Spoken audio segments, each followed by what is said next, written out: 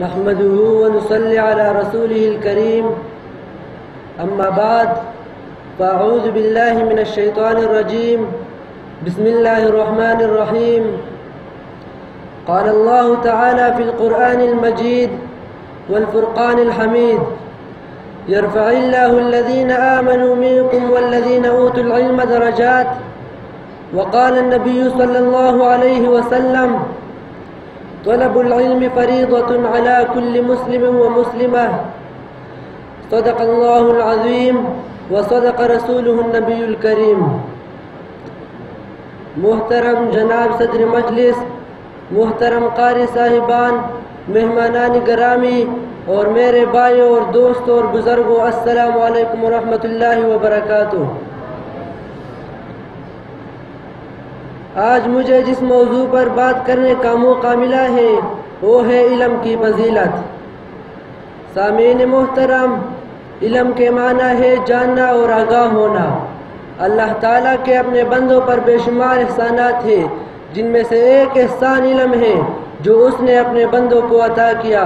رسول پاک صلی اللہ علیہ وآلہ وسلم پر جو پہلی وحی نازل ہوئی اس میں ارشاد ہے اقرأ بسم ربک الذی خلق خلق الانسان من علق اقرأ وربک الاکرم الذی علم بالقلم علم الانسان ما لم يعلم۔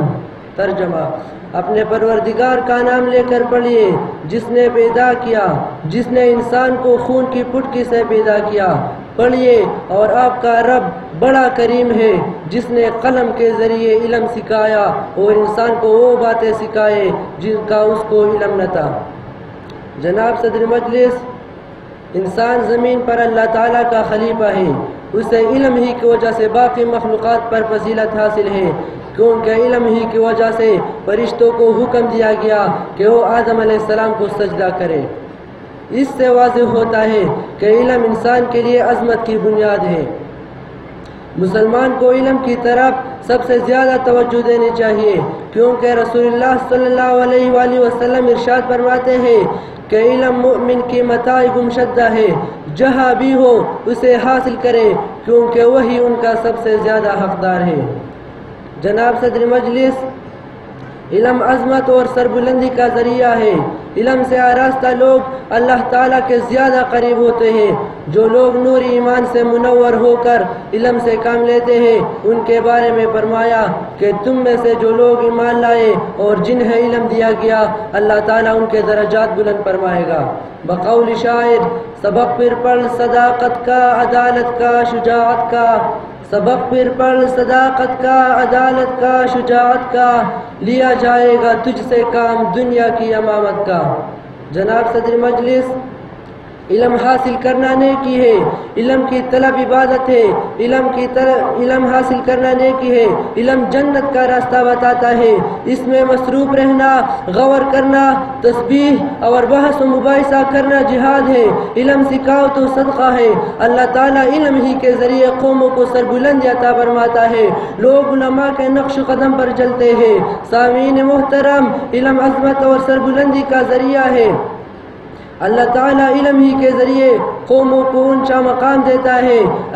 علم ہی کے ذریعے انسان فرشتوں کے اعلیٰ درجات تک جا پہنچتا ہے۔ علم ہی سے انسان معرفت الہی حاصل کر سکتا ہے۔ ایک مرتبہ رسول اللہ صلی اللہ علیہ وآلہ وسلم نے فرمایا کہ جب تم لوگ جنت کے باغات میں سے گزرو تو ان سے جی بھر کر فائدہ اٹھاؤ۔ صحابہ رضی اللہ عنہم اجمعین نے پوچھا کہ یا رسول اللہ صلی اللہ علیہ وآلہ وسلم جنت کی باغات کیا ہے؟ رسول اللہ صلی اللہ علیہ وآلہ وسلم نے فرمایا کہ علم کی مجلس سے ہی جنت کی باغات ہیں۔ خوش قسمت ہے وہ لوگ جو علم حاصل کرتے ہیں اور بدقسمت ہے وہ لوگ جو اس سعادت سے محروم رہتے ہیں۔ میں اپنے تقریر کا اختتام ان اشعار پر کرنا چاہتا ہوں۔ میرے ہاتھ میں قلم ہے میرے ذہن میں اجالا، میرے ہاتھ میں قلم ہے میرے ذہن میں اجالا، مجھے کیا دبا سکے گا کوئی ظلمت و کپالا۔ مجھے فکر امن عالم تجھے اپنی ذات کا غم، مجھے فکر امن عالم تجھے اپنی ذات کا غم، مجھے فکر امن عالم تجھے اپنی ذات کا غم، میں طلوع ہو رہا ہوں تم غروب ہونے والا۔ اللہ تعالیٰ سے دعا ہے کہ ہمیں علم نافع بھی عطا فرمائے اور اس پر عمل کرنے کی توفیق بھی نصیب فرمائے۔ آمین۔ وما علینا الا البلاغ المبین۔